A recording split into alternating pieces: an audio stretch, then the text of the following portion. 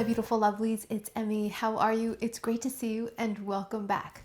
Today we're going to be making a tuna salad, but not just any tuna salad. We're going to be making Matthew McConaughey's tuna salad. Have you heard about this? This has been making the rounds on the internet, but Matthew McConaughey on a recent podcast touted his tuna salad making abilities and listed off a bunch of ingredients he puts in his tuna salad that sound interesting. My friend Heather Martin told me about this. I'll put a link down below to her write-up about it. It's quite funny. But what got me is the length of the list of ingredients in this salad. It's not just tuna fish and mayo. It's a bunch of other things, including wasabi, corn, peas, jalapeno crisp, Italian dressing, and mayo, and apples.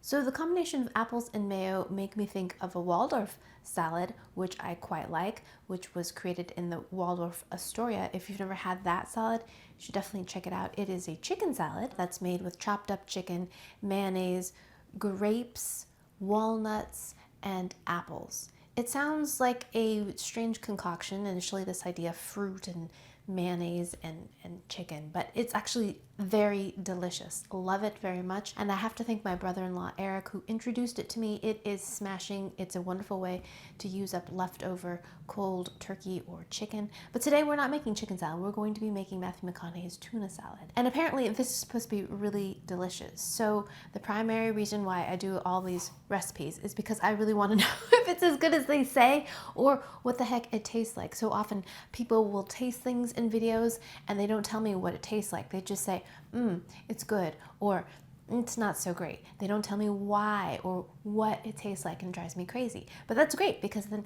that gives me a project. That gives me something to investigate. So today we're investigating Matthew McConaughey's tuna salad. So let's go ahead and get started. There's quite a long list of characters in this seemingly simple recipe. So I have to prep one more ingredient. It contains red onions. I happen to have a shallot, and it's similar to a red onion, but it's a bit stronger. But this is what I've got. So classic example of using what you have in your pantry. These are quite strong, so I'm going to use just a little bit of it.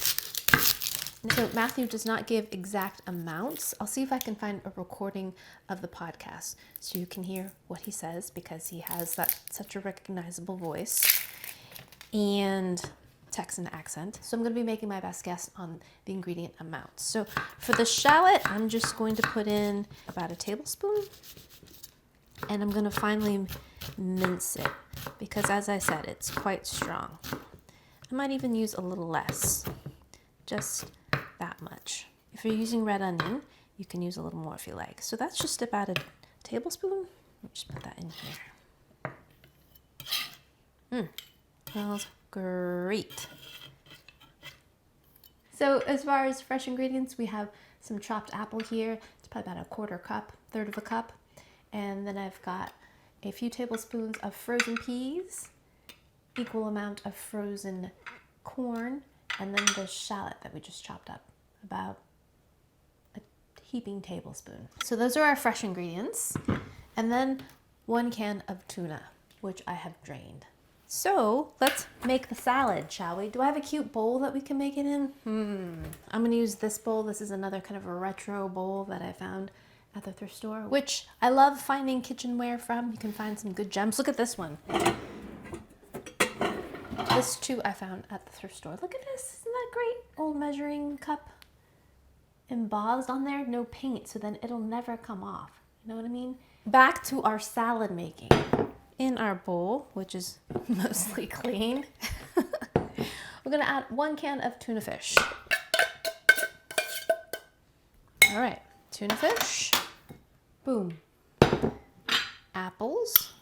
To make this pretty, I'm just going to assemble it on the side like this.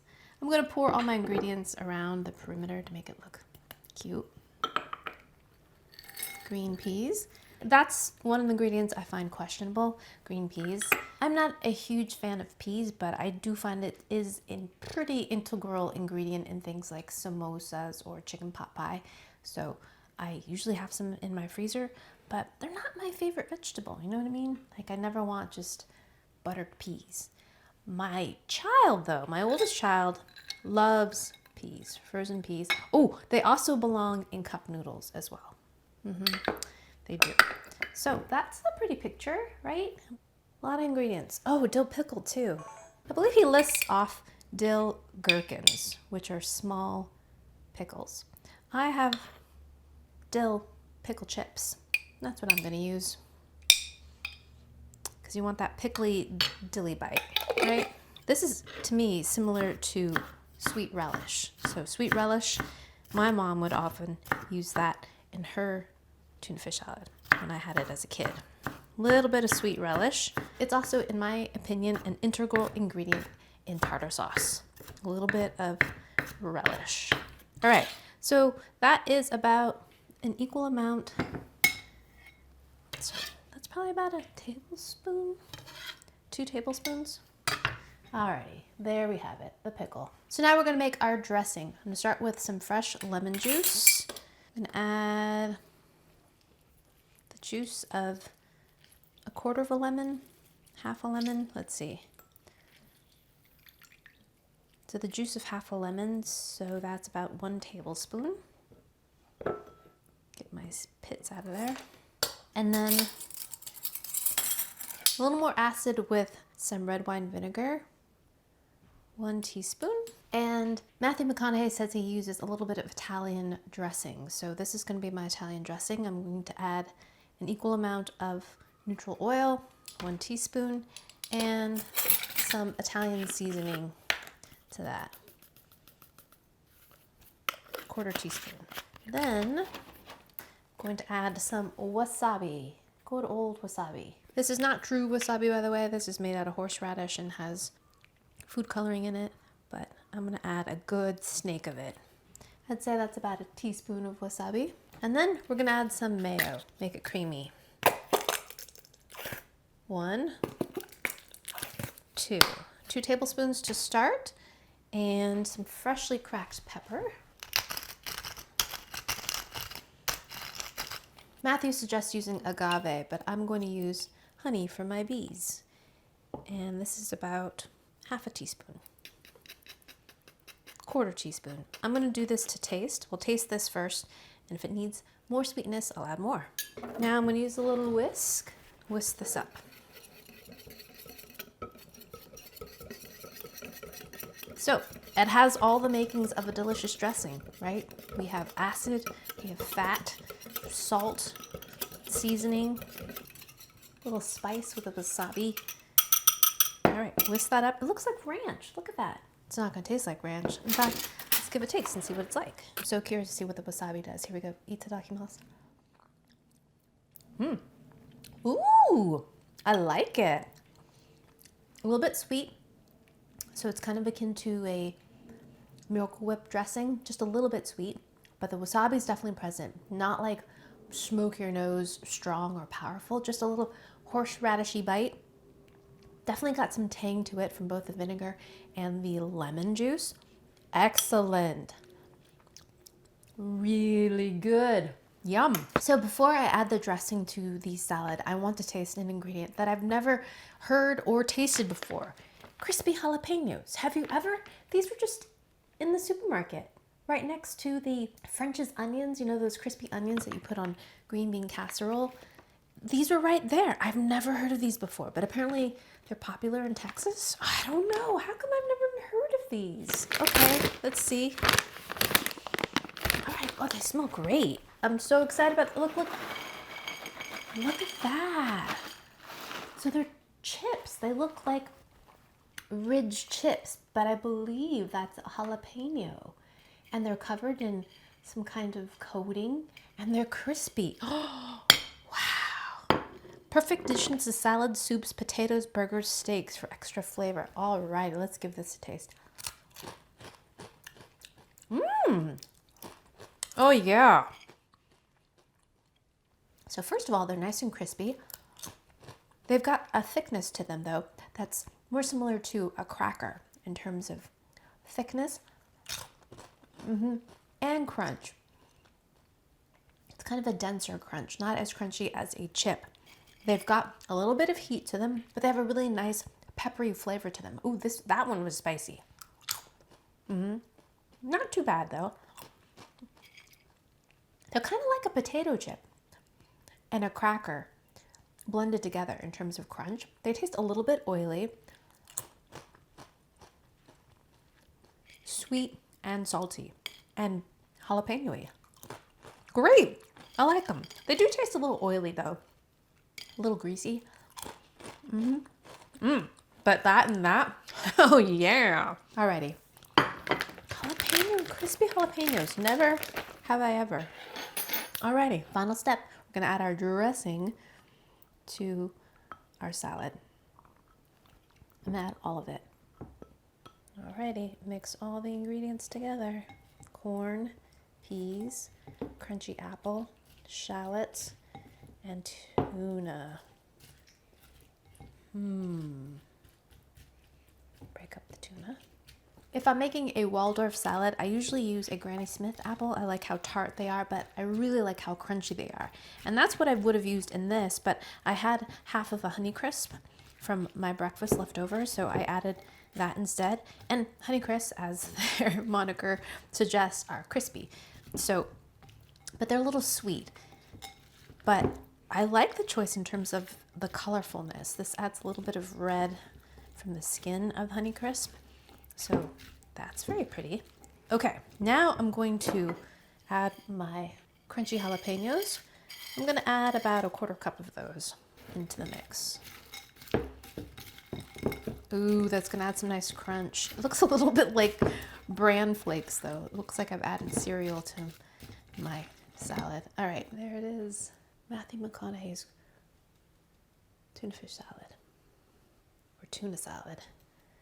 Matthew McConaughey's tuna salad. Alrighty, lovelies, let's give this salad a taste. Looks like a salad of this kind of nature. I'm always a little suspicious of them, to be honest. Mayonnaise salads, you know. Food safety issues? I don't know. Maybe I've been traumatized in the past. I'll stop.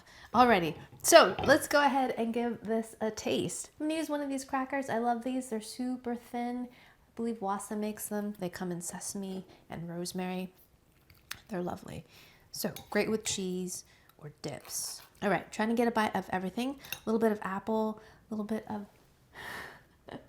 pea and corn. Alrighty, let's give our tuna salad a taste. Itadakimasu.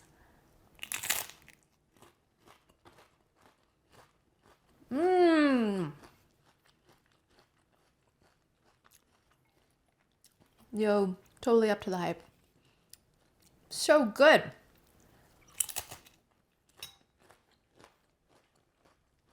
Matthew.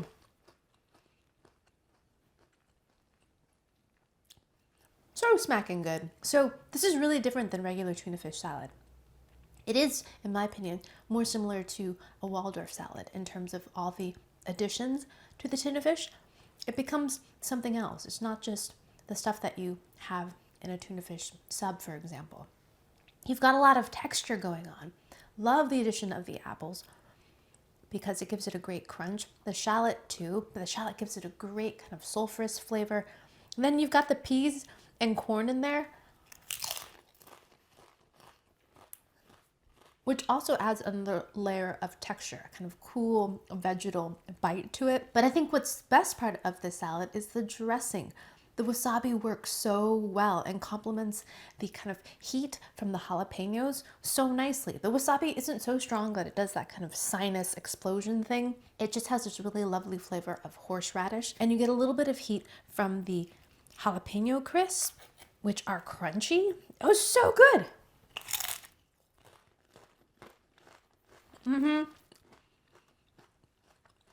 I really like it. And something about it, I don't know if it's just because of my deliberate presentation, but it feels like a throwback. It feels very retro, 1950s, 1960s. Maybe just this style of salad kind of reminds me of ambrosia salads or cracker salads. Have you seen that recipe? I'll put a link down below to the tomato cracker salad I made. Oh my goodness, delicious. Made with crushed saltines, tomatoes, and mayo. So stinking good. That's what this reminds me of. Like you could have a big dish of this, a bunch of panoply of crackers, and just nosh on this. So yummy. Great.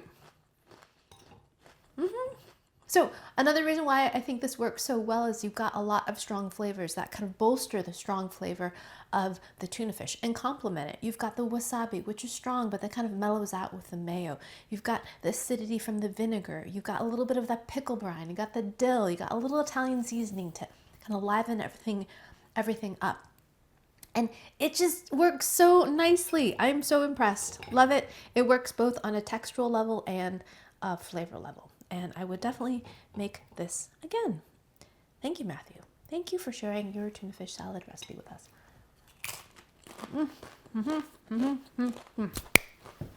And for introducing me to those jalapeno crispies. So good. Alrighty, my lovelies, there you have it. Matthew McConaughey's tuna salad. Highly recommend it. Super easy to make. And most likely you have all of the ingredients in your pantry.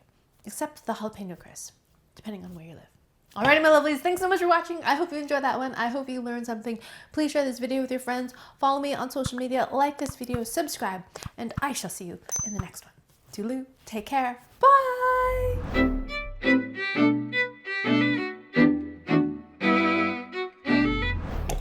Guess what I'm having for lunch? Ho ho ho!